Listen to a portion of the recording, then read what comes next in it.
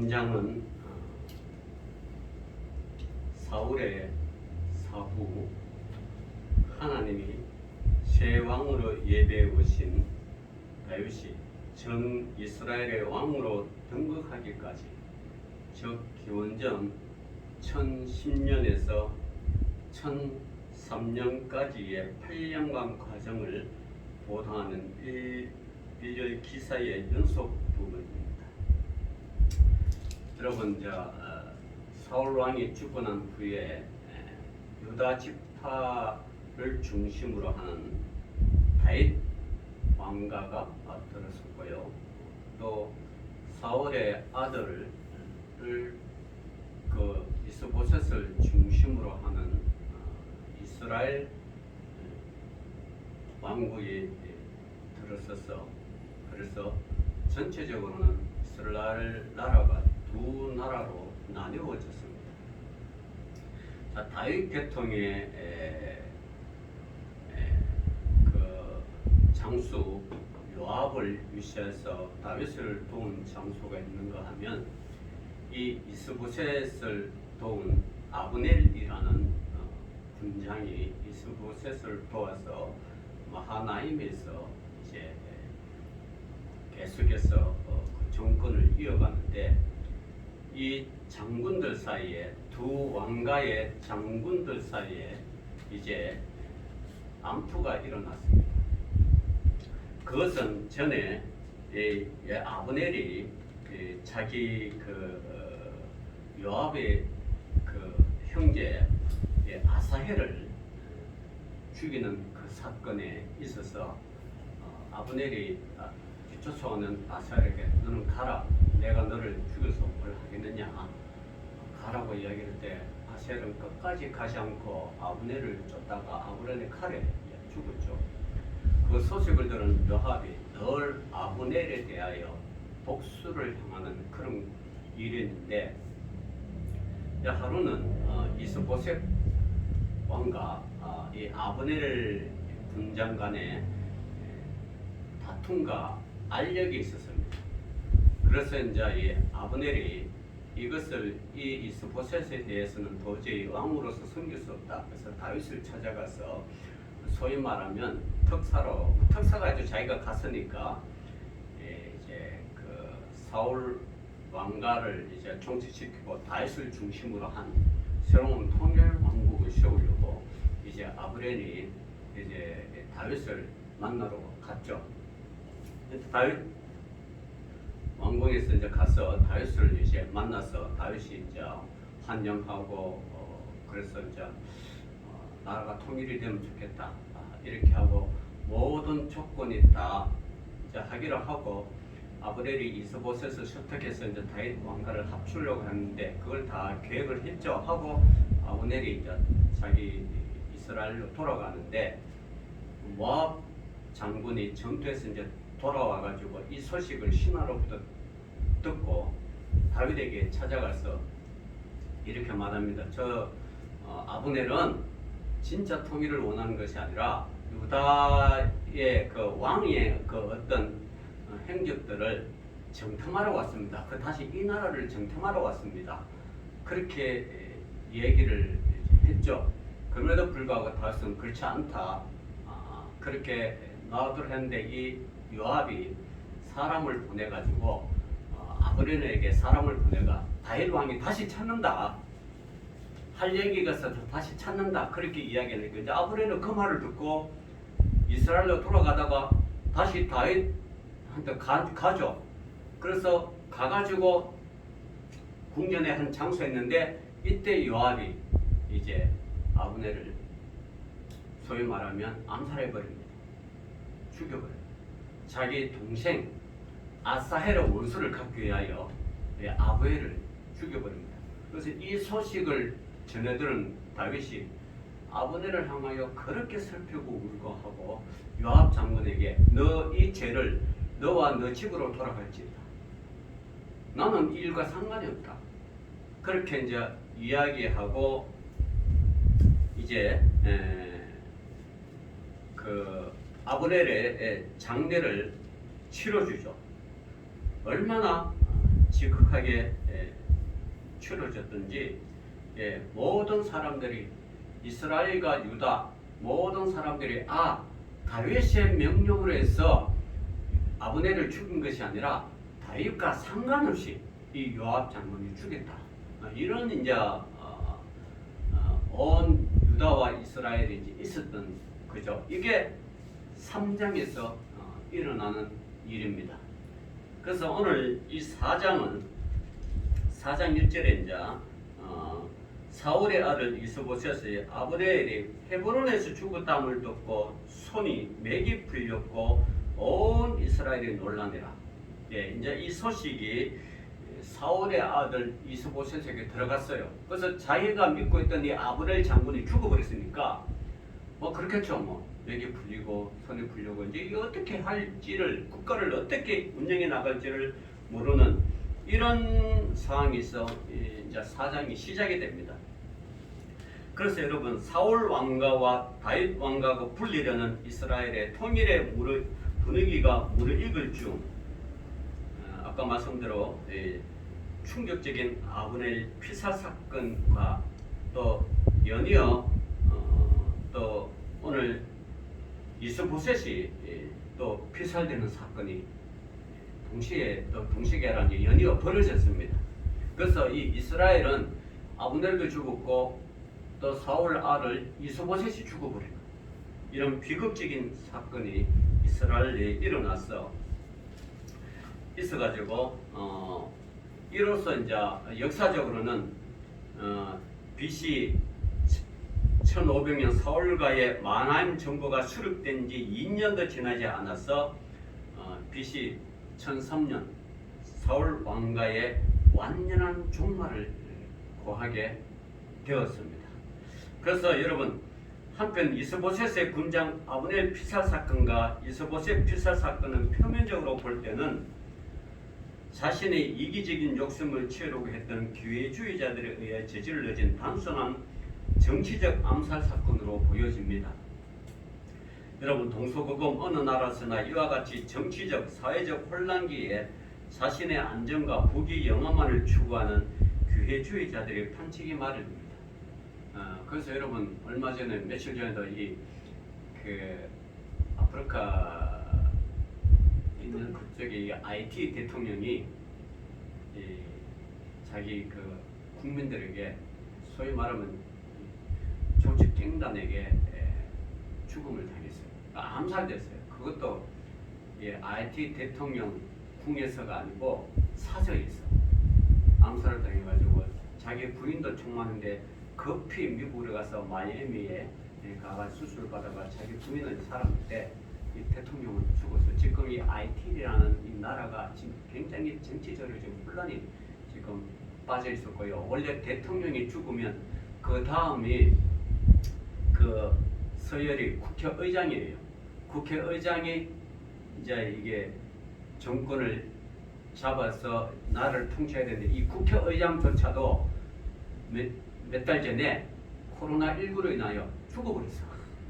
그래서 지금 이 정권에 공무기가 있는데 지금 IT 총리가 지금 대신해서 지금 전국을 이끌어가고 있습니다.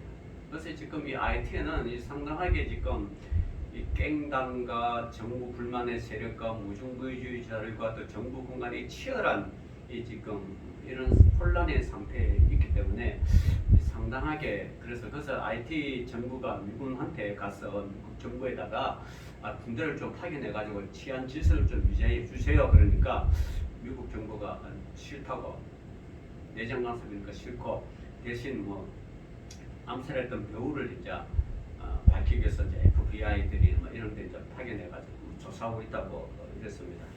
그래서 이거 참 이런 혼란기는 지금도 있고 예전에 일어났죠. 그래서 이런 상황 속에서 그런데 이 아브넬과 이스보셋이 죽은 것은 여러분 구소사적 관점에서 볼 때에 사울 왕은 인본주의적인 불순종이었던 사울 왕가에 대한 하나님의 심판이 그렇게 내려졌고요. 그리고 또 악한 기회주의자들의 활동이 허용되어서 이 사울 왕가가 무너진 것을 봅니다. 그리고 지금까지 하나님에 대한 절대 신앙으로 출발한 신본주의적 다윗 왕가에 비하여 인본주의적 욕망에서 출발한 다윗 왕가의 하나님 정부를 끝내 내보내로 인하여 자멸되는 이 사건은 하나님을 떠난 자들의 모임은 외적 요인 없이 가만히 두어도 스스로 자멸케 됨을 보여줍니다. 지금 우리도 지금 남북이 지금 헤어진 데 70년, 분단지 70년 넘는데 저 북한 이제 상대 세습 체제로 인하여 지금 김정은이 지금 통치하는데 이게 세계 유일한 이게 참 현상이거든요. 그래서 이게 하나님께서 저 언제까지 저 북한의 저 공산주의 김일성 체제 3대까지 나간 걸 언제까지 허락할지는 모르겠지만 저는 개인적으로 조만간 좀 종식되지 않을까. 스스로 내부에서 뭐 어떻게 하든 외부에서 어떻게 하든 김일성 왕가의 3대 세습이 종말을 구하지 않을까. 제 개인적인 생각이지만 하나님은 어떻게 하실지는 모르겠습니다. 어찌되었건 간에 지금껏 왕으로 모시던 자의 자신에 의해 또 하루아침에 배반하고 죽인 자들에 대한 그런 공의가 다윗에게 이제 들어가서 다윗이 레갑과 바하는 이게 레갑과 이게 바하나죠. 이 두 군대 장수. 원래 이 이스보셋 사울 왕가의 절대적인 신임을 받던 레갑과 이 바하나가 이게 이제 소위 말하면 이 쿠데타도 아니고 이 자기 승리는 왕을 죽인 거거든요. 죽여가지고 이걸 가지고 이제 다윗에게로 가죠. 다윗에게로 갑니다. 그래서 야 다윗 왕에게 당신이 그렇게 사울 왕가들을 죽이고 싶어했던 이 이스보셋 머리를 이제 보고 주는 거죠. 이제 사울 왕가는 무너졌다. 이 소식을 듣고 이것을 본 다윗이 진노를 하죠. 누가 어떻게? 전에도 내가 사울 왕의 그 시신을 가지고 머리를 가져온 사람을 내가 죽였는데 너 그 소리를 못 들었느냐? 오늘도 너희들이 이거는 내가 원하지 않는다. 그래서 죽여버리죠. 죽여버려가지고 그렇게 하고 이스보셋을 또 장례를 또 치러줍니다. 그래서 이 소식을 이제 그 이스라엘에 가서 그래서 5장에 가면 다음 주에서 5장에 가면 이제 이게 유다와 이스라엘이 이제 진정으로 통일 왕국을 다시 이어지면서 다윗이 이제 제2대 진정한 통일 왕국 신본주의 정치를 이제 펼쳐 나가게 되는 것을 오늘 이게 이런 과정인데 여러분 오늘 4장을 위해서 우리가 배울 점은 기울어가는 사울 왕의 가문인데 왜 그랬을까 한번 살펴보고자 합니다. 여러분 이 사람을 죽인 사울 왕의 아들 이스보셋을 죽인 것이 이 레갑과 바하나입니다. 이런 사람은요 성경은 기회주의자라고 그렇게 이야기합니다. 세상에는요 기회주의자들이 많이 있습니다. 환경에 따라 사람을 숨기기도 하고요 배신하기도 하고 그렇게 하는 파렴치한 사람들이 얼마든지 있습니다. 본문에 나오는 레갑과 바하나는 사울과 한 족속으로서 베냐민 족속이죠. 한 족속으로서 그리고 그의 신복으로서 그의 녹을 먹였으며 그의 엄혈을 입고 살았던 그러한 자들입니다. 그러나 사울의 집안에 몰락하는 것을 보고 출세에 대한 야욕 때문에 자기들이 섬겨오던 이스보셋을 하루아침에 무참히 살해하며 그의 목을 베어가지고 다윗에게로 가는 그런 아첨하는 그런 사람들입니다. 성도 여러분, 레갑과 바하나의 행동 원리는 이건 철저하게 기회주의자들의 그런 자들의 소행입니다. 어느 시대에나 기회주의자들에 대한 이와 같이 배신 행위를 일삼는 것은 늘 있어 왔습니다. 이전에도 있었고 현재도 있었고 앞으로도 있을 것입니다. 여러분 이 기회주의자들 우리는 혹시 세상 부귀와 쾌락에 대한 욕심으로 주님을 또다시 십자가에 못 박는 일은 하지 말아야 됩니다. 그러면 우리도 역시 기회주의자가 되는 거예요. 하나님께서 우리에게 복을 주실 때는 하나님 잘 씁니다. 좀 어렵고 좀 힘든 일이 당하면 또 하나님을 또 떠나고 버리는 이런 기회주의자, 신앙의 기회주의자들이 참 많이 있습니다, 여러분. 한국 교회가 때로는 내분이 일어나는 것은 원인은 뭐냐 그러면 사실 신앙의 기회주의자들 때문에 일어나는 거예요. 그렇지 않으면 내분 일어날 리가 없죠. 자기의 그 신앙의 그 뭡니까 교회 권력에 대한 내가 아까 봐하는 세상의 권력에 대하여 쫓아가다 이렇게 됐지만 오늘날 한국교회 내부에서는 이런 신앙을 빙자한 자기 권력을 교회 내에서 펼치려다가 그렇게 교회가 내분이 일어나는 것이 종종 있죠. 많이 있습니다. 그래서 우리는 철저하게 신앙적인 그런 명예욕에 의하여 기회주의자가 되는 것이 아니라 정말 하나님께 우리가 죽기까지 순종하며 순목하며 하나님만 바라보고 떠보는 신앙으로 우리가 살아가는 것이 그게 하나님께서 원하시는 것입니다. 자, 오늘 본문을 통해 기회주의자들의 삶을 살펴보고 또 같이 또 각성하기를 바랍니다. 첫 번째, 이 기회주의자들은 그동안 은혜 입은 자를 배신하였습니다. 그동안 사울의 집에서 군장으로 있던 네각과 바아나는 사울 집안의 멸망이 눈앞에 온 것을 알고 자기들의 생명을 부지하기 위하여 그리고 자기들의 영달을 위하여 그동안 은혜 입었던 이스보셋을 죽이고 맙니다. 이게 참 그 신하가 이렇게 내가 아브넬을 죽었다 그러면 자기들이 이제 네각과 바아나가 또 제2, 제3의 권력자잖아요. 그러면 자기 왕한테 찾아가가지고 이렇게 죽었으니까 하나님 우리가 다 함께 다윗과 함께 통일을 이루어 봅시다. 이렇게 해서 왕을 설득하고 이렇게 해서 하나하나 그죠 해 나갔으면 이게 얼마나 좋을까요? 그런데 이스보셋은 힘이 없고 다윗 왕과는 점점 일어나고 그것을 네각과 바아나는 자기 출세를 위해서 자기를 생기는 왕을 죽여버린 거죠. 이런 참 일어나면 안 되는데 일어났습니다.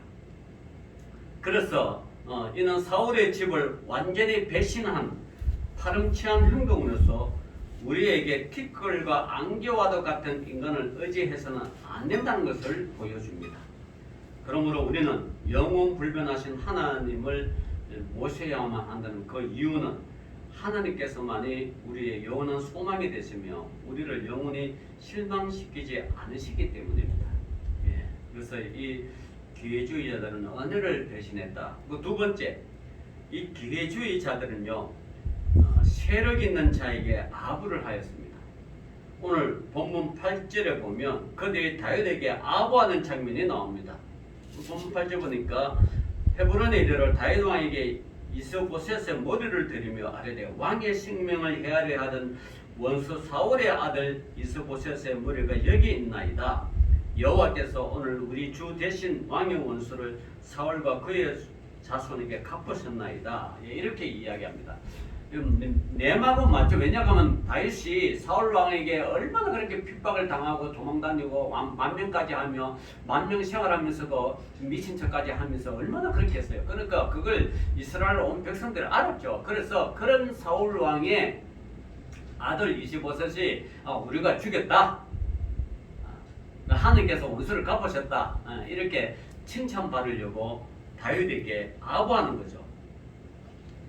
그래서 이 이스라엘이 다윗에게 돌아간다는 것은 하나님의 뜻이지만 네각과 바아나가 이스보셋을 죽이고 그 머리를 다윗에게로 가져간 것은 도저히 신하로서 어려운 행동이라고는 볼 수가 없습니다. 이건 배신이죠, 배신. 그들은 기회주의자로서 다윗의 세력이 커지자 자기의 주인을 배반한 것입니다. 그래서 여러분 자기들만이라도 살아보려고 하는 그런 아부죠. 이들은 하나님의 뜻을 찾는 신앙인으로서가 아니라 철저한 자기 이익에 근거하여 이러한 일을 벌인 것입니다. 목이라도 가져가면 큰 상급을 줄 줄 알고요. 그렇게 버린 행동이죠. 사랑하는 성도 여러분, 우리는 자신의 욕심과 이기적인 생각들을 철저하게 버리고 항상 하나님의 뜻이 무엇인지 살피고 깨달아서 비록 힘이 없고 나약하지만 하나님이 원하시는 그런 어려운 행동을 해야 되지 배신의 행동을 하면 안 된다는 사실입니다. 자, 마지막으로 기회주의자들 어떻습니까? 그들의 행동 결과는 비참하게 될 뿐이었습니다. 레갑과 바하나는 이스보셋의 머리를 가지고 다윗에게 찾아가서 자기들의 행위를 어려움을 부여하고 다윗에게 아부하였지만 다윗은 이미 그들의 사악함을 알고 여호와의 사심으로 맹세하여 그들을 죽였습니다. 왜냐하면 이네들은 기회주의자이기 때문에 언젠가는 또 다윗이 약하면 또 어떻게 해요? 또 이 다윗에게 또 이러한 행동을 할 수 있다는 것을 다윗은 알았죠. 그래서 여러분, 이 기회주의자들은 언제든지 카멜레온 동물처럼 스스로 변합니다. 여러분, 이 참 기회주의자들이 이게 얼마나 그들의 말은 현란하고 그들의 행동이 자기 자신들을 정당화시키는지 몰라요. 그래서 이런 사람은 여러분 잘 볼 줄 알아야 돼요. 정말 지혜롭게 우리 지혜로운 신앙인으로서는 이 사람들이 과연 하나님을 위해서 했던가 아니면 자기들의 영달을 위해서 했는가 이걸 살펴볼 줄 아는 눈이 필요합니다. 그게 필요 안 하면요 우리도 레갑과 바하나의 이러한 사람들의 행동에 우리도 속을 수가 있습니다. 그래서 신앙인은 그래서 하나님께서 우리 예수님께서 그렇죠. 이게 뱀처럼 지혜로우라고 그랬죠. 그리고 비둘기처럼 유순하라 그랬죠. 그럼 뱀처럼 지혜로워야 돼요. 뱀은 뭐 성경적으로는 좀 강상한 간악하고로 나오지만 그 간악한 걸 때로는 하나님께서는 우리 예수님께서는 뱀처럼 지혜로워라 그러고요. 잘 분별하라는 거죠. 그래서 이게 레갑과 바하나는요 결국 자기들이 파놓은 함정에 오히려 자기들이 빠지고 말았습니다. 기회주의자들은 자기에게 유리하려고 판단될 때는요 수단과 방법을 가리지 않고 배신을 하고 아부도 합니다. 그러나 이들의 결국은 파멸과 죽음밖에 없습니다. 사랑하는 성도 여러분, 기회주의자들의 삶은 그동안 은혜를 베풀었던 자라고 할지라도 상황이 불리하면 즉시 배반합니다. 그리고 세력 있는 자에게 찾아가서 달콤한 말로 아부합니다. 그러나 그들의 행동 결과는 비참하게 될 뿐입니다. 하나님이 아시고요. 또 이 다윗은 일평생 정도를 걸을지 그죠? 자기의 유익을 위하여 사람들이 하는 행동을 눈 감아주고 적당하게 그렇게 넘어가지는 않았죠. 다윗의 신앙이 그걸 용납하지 않습니다. 다윗은 자기는 죽으면 죽을지라도 하나님이 계획하시고 하나님이 이루어 주실 때까지 다윗은 정도만 걸었죠. 다윗은요 철저하게 신본주의적인 그런 삶을 살았다는 거죠. 하나님 하신다는 거예요. 사울왕도 저렇게 죽이려고 하는 것도 다윗이 뭐 힘이 없어 사울왕을 그렇게 놔뒀겠습니까? 다윗이요 사울을 죽일 수 있는 기회가 아주 많았어요. 여러 번 있었어요. 그럼에도 불구하고 이 다윗은 사울에게 했던 것은 이 동굴 속에서 자는 사울에게 옷자락만 살짝 빼어가지고 그죠? 그것도 미안해가지고 동굴 바깥에 작작 길 건너 계곡에 가서 사울에게 큰 소리를 알려주죠. 사울 왕이요, 내가 당신의 목숨을 해하려고 했으면 해야 될 건데 감히 하나님의 기름 부은 자를 그렇게 하지 못하고 이 옷자락만 살짝 빼었습니다. 이 옷자락만 살짝 빼었는데 이것도 미안합니다. 이것도 미안하고 죄송하다. 그렇게 하면서 기름 부은 자를 이렇게 그 기름 부은 자가 비록 좀 악한 행동을 할지라도 그는 철저하게 자신이 손으로 그것을 사람이 악하다고 자신의 손으로 처단하거나 처리하지 않았다는 거예요. 철저하게 하나님 손에 맡겼어요. 하나님 알아서 하십시오. 왜냐하면 하나님이 기름 부었으니까 하나님이 알아서 하시라고 그렇게 기도하면서 그렇게 간구했지 다윗 자신이 하나님의 이름으로 또 하나님의 이름을 빙자해서 자기 대적을 치고 죽이고 건보 수술로서 없애고 그러지는 않았어요. 다윗이요 여러분 일평생 그랬다. 나중에 보시면 알겠지만 다윗이 다윗이 자기 아들에게 이 왕위를 찬탈당해가지고 궁궐에서 쫓겨나갈 때, 그 저기 베냐민 첩파 시므온이라는 사람이 나와서 다윗 쫓겨나가는 그 다윗을 향하여 저 위에서 막 소리 지잖아요. 이 다윗이야, 이새의 아들 다윗아, 너가 손에 그렇게 피를 흘렸으니까 하나님이 너 아들 손에서 왕위를 쫓겨나가지 않느냐. 그렇게 할 때 그 옆에 있는 요압 장군이 열을 받아가지고 칼을 빼가지고 저 개 같은 저 시몬을 죽이니까 명령마음대 죽이겠습니다. 그렇게 할 때 다윗은 그러잖아요. 놔두라. 저것도 뭐요? 저것도 하나님께서 시켜서 하는 일이다. 놔둬라. 그렇게 이야기하면서 신하를 데리고 울면서 이 궁중에 떠나갈 때 하나님께서 그 모습을 보시고 다윗을 다시 회복시키잖아요. 그러니까 이 다윗은 철저하게 신분주의적인 그러한 신앙생활과 그러한 나라를 통치를 했지, 이 레갑과 바아나처럼 기회주의적인 그런 행동을 하지 않았다는 거죠. 그래서 오늘날도 여러분 우리 주위에 기회주의적인 신앙을 가진 자들이 있다는 현실에 참 슬픔을 느낍니다. 그들은 역경에 처하면 하나님을 의지하다가 형편이 좋아지면 자기 자신의 형편이 좋아지면 하나님과 상관없는 삶을 살게 되는 것입니다. 진정 여러분 하나님을 경외하는 신앙이라면 자신이 속한 공동체가 어려울 때 기도하고 기쁠 때 더욱 감사하는 그런 신앙인이 되어야 되죠. 교회가 어려울 때 떠나고 교회가 잘 되고 크고 성장할 때 찾아오는 이런 것은 아니죠.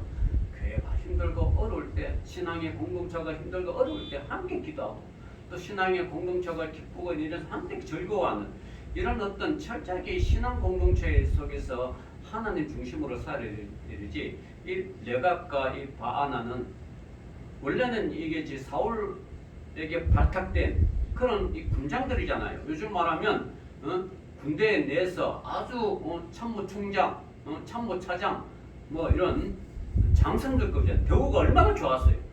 그렇게 사울에게 녹을 받아 먹다가 하루아침에 이스보셋을 목을 쳐서 죽이는 이런 거는 하면 안 되죠. 그래서 우리 성도들은요, 기회주의적인 요소를 철저히 버리고 하나님께 충성을 다하는 그러한 신앙, 그러한 신앙이 하나님께서 기뻐하신다는 거예요. 그러한 신앙이 하나님께서 사랑하십니다. 그런 신앙생활을 하는 사람들은 끝까지 그와 그 후손을 복이 있다 하시고요. 그와 그 후손을 끝까지 천대까지 하나님께서 보호하신다는 사실입니다. 그러나 악인은 그렇지 않죠. 악인은 3, 4대면 없어지는 그런 악인의 그런 신앙이 그 신앙을 가진 악인들이 있습니다. 여러분 이 신앙이란 거는 우리 신앙이란 거는 신앙이란 이라는 이 말 자체가 하나님께 충성하고 하나님께 순종하며 하나님 말씀을 따라 살아가는 그러한 의미가 내포되어 있습니다. 그래서 여러분 신앙이라는 삶이 얼마나 하나님 중심주의 그리고 신분주의적인 그런 신앙생활을 해야만이 하나님께서는 그를 뭡니까 물가에 심겨진 나무처럼 그죠? 참 낮에는 구름기둥으로 밤에는 불기둥으로 이스라엘 백성들을 지키셨던 그 하나님의 은혜가 철저하게 하나님 중심으로 살아가는 사람에게 하나님의 은혜가 임한다는 사실을 알고 우리는 어떤 환난과 어려움과 고통이 있더라도 하나님을 떠나지 않고 하나님께 충성함을 봉사하며 하나님 중심으로 살아가시기를 주의 이름으로 축원합니다. 기도합시다. 하나님 아버지 감사합니다. 오늘도 이 나라 이 땅 또 교회 내에서 기회주의적인 사람들이 너무나 많음을 고백합니다. 그러나 우리 성도들 참으로 신앙인이라면 하나님의 뜻을 온전히 믿고 순종하며 따르며 궁극적